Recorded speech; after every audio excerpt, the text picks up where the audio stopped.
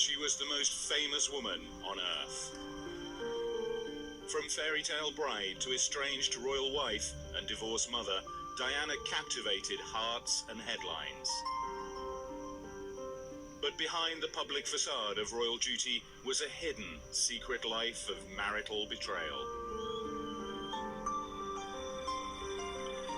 Between Diana's spectacular wedding and her televised revelations of adultery lay a saga of turmoil and court rivalry.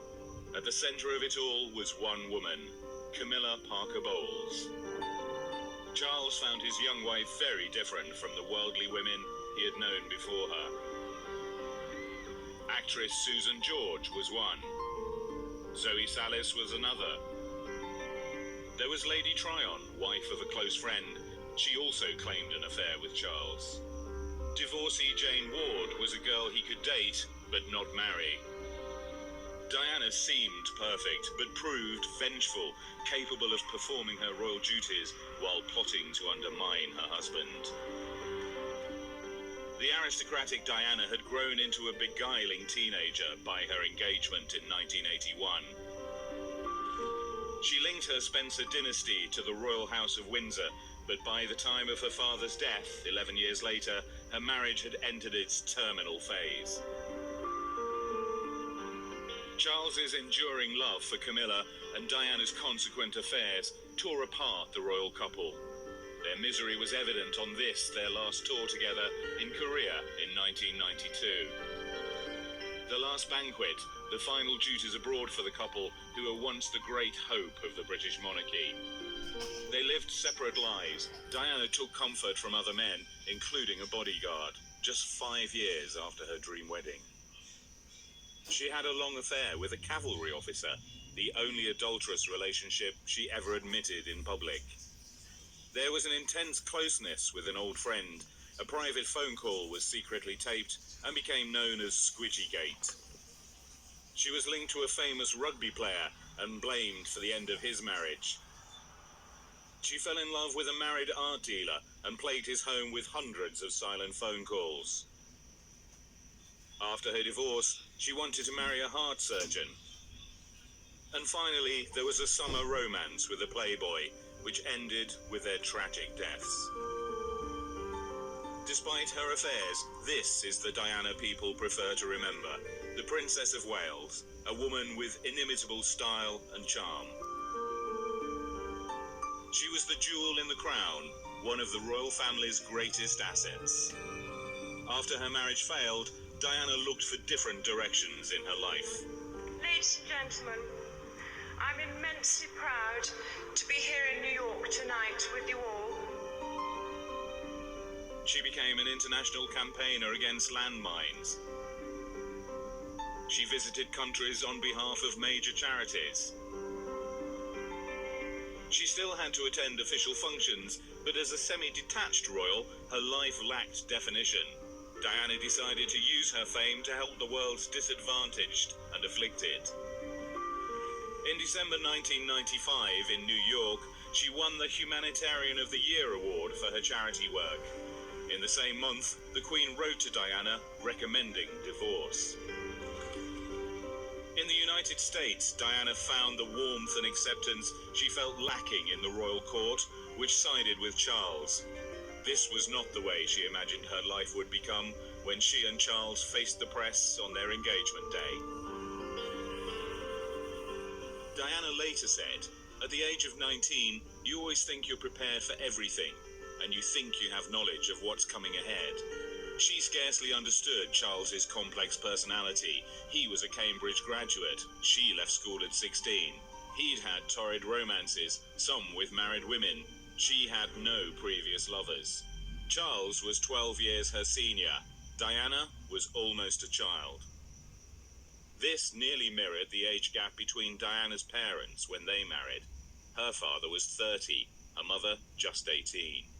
Diana's mother, Frances, seen here with baby Diana, shocked society by leaving home and family for another man. I think that Diana's mother could be described as hot-headed and strong-willed. And indeed, she proved that, really, by running off with the second husband, Peter Shan Kidd, at a time when this was very unusual behaviour. You might have mistresses, lovers, etc., but you stuck with the family and stuck together. A bitter divorce and a child custody battle left Diana, her sisters and brother with their father, a former equerry to the Queen. Her sister Jane's marriage to the Queen's assistant private secretary kept them close to the royal court. Bridesmaid Diana had an idealised vision of her own future. She was brought up, she was very unsophisticated, even for her age in those days. And I mean, that's just the ideal she lived with. She said to lots of people, you know, I'm going to get married and have lots of children and we'll always be together. Diana, who failed her school exams, became a kindergarten assistant in London. She met Charles, then dating her sister Sarah, at the family's ancestral home, Althorpe.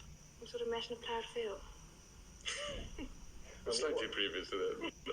And what did you think then? What was your instant impression, both of you? What did you think about Lady Diana? Well, I remember thinking what a very jolly and amusing and attractive 16-year-old she was. And having great fun, and bouncy and full of life and everything. And I don't know what you thought of me. Pretty amazing. The press chased Diana during her brief courtship with Charles. They were convinced that at last he had found his future bride. Very few previous girls had been serious contenders. Davina Sheffield was presumed suitable, but her romance with Charles ended when a past affair was revealed. Respectable Jane Wellesley, a duke's daughter, was an early favourite with the Bachelor Prince. After he left university, he was very uptight. He was very worried about getting caught with his trousers down. In those days, he was very dutiful about doing all the right things, being the Prince of Wales, not besmirching the family reputation in any way. And so he's highly nervous about even approaching girls. So it had to be the other way round. And any woman who could actually grab him by the scruff of the neck and drag him into the bedroom was going to win every time. Charles had a select circle of friends who also enjoyed his favourite sports, hunting, skiing and polo. It was through polo that Charles met the woman who would dominate his life. She was then dating one of his closest friends. Camilla Shand was from the county set, not noble enough to marry a prince in the early 70s, but discreet enough to be a lover. She had an earthiness he found irresistible. The polo fields around Windsor were just filled with these girls who were absolutely desperate to get into bed with Prince Charles. But the only people that he really looked at were the girls who were a bit unusual. And certainly Camilla was one of those. And she turned up wearing a pair of jeans held up with a safety pin, and her hair was all over the place. And there was that magnetic attraction. But duty intervened, and Charles's naval career beckoned. After a brief and heady affair, he left Camilla for the high seas. With Charles gone, she resumed her long-time romance with Army officer Andrew Parker Bowles, marrying him in 1973.